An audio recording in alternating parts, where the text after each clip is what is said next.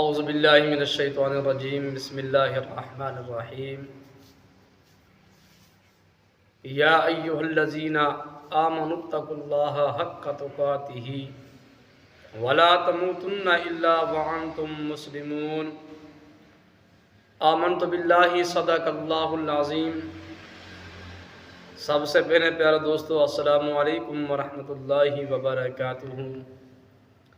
پیارے دوستو، آج کا سوال شدید زخمی حالت میں نماز ادا کیسے کرنی ہے؟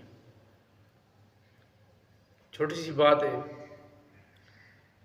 جب حضرت سیدنا عمر فاروق اعظم رضی اللہ تعالی عنہ پر قاتلانہ حملہ ہوا تو عرض کی گئی، اے امیر المؤمنین، نماز کا وقت ہے۔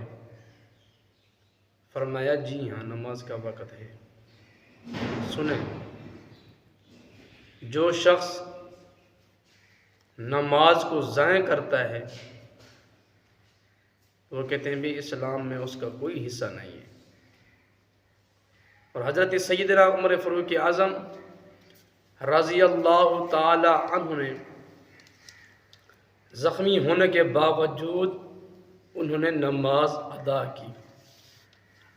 پیارے دوستو، حضرت سیدنا عبیدہ بن صامت رضی اللہ تعالی عنہ سے روایت ہے کہ رسول اللہ صلی اللہ تعالی علیہ وآلہ وسلم کا فرمان عالی شان ہے، جو شخص اچھی طرح وضو کرے پھر نماز کے لیے کھڑا ہو، اس سے رکوع سجود اچھے طریقے ادا کرے تو نماز اس سے کہتی ہے کہ اللہ تعالیٰ تیری حفاظت کرے، تم نے میری اچھی طرح حفاظت کی ہے۔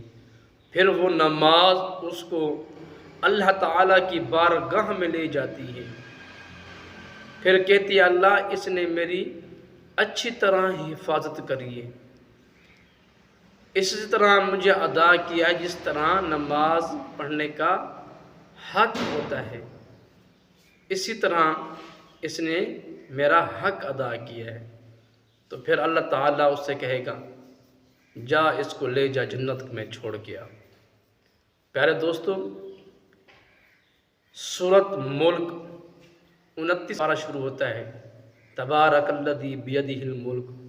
جو شخص عشاء کی نماز کے بعد پڑھتا ہے، قیامت والے دن وہ سورت کہے گی یا اللہ، یا اس کو جس نے مجھے ہر رات پڑھتا تھا، یا اس کو جنت میں داخل فرما دے، یا مجھے قرآن سے علیحدہ کر دے۔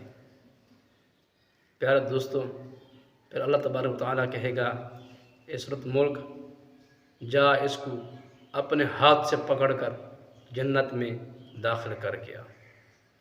پیارے دوستو، نماز کو اچھی طرح ادا کریں۔